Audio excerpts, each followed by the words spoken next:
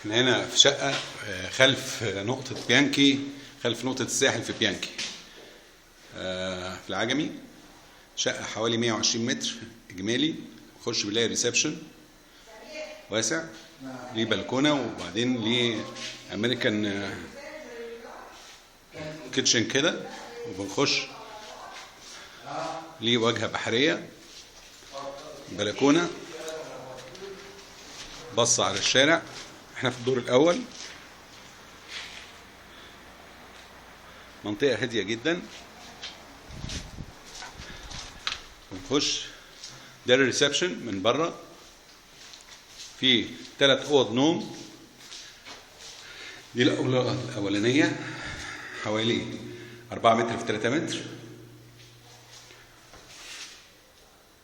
ودي الأوضة الثانية، ودي الأوضة الثانية فيها دواليب، في الدواليب موجودة في البيلت إن مبنية وليها بلكونة. وده الحمام، حمام كبير. وبعد كده في المطبخ، في السخان ومطبخ كبير واسع. وده الأوضة الثالثة، وفيها برضو الأبلكار مبني فيها، دولاب مبني فيها. الشقة كلها بلاط، شقة في العجمي مصيف أو سكن، لأن المنطقة بقت كلها منطقة سكنية.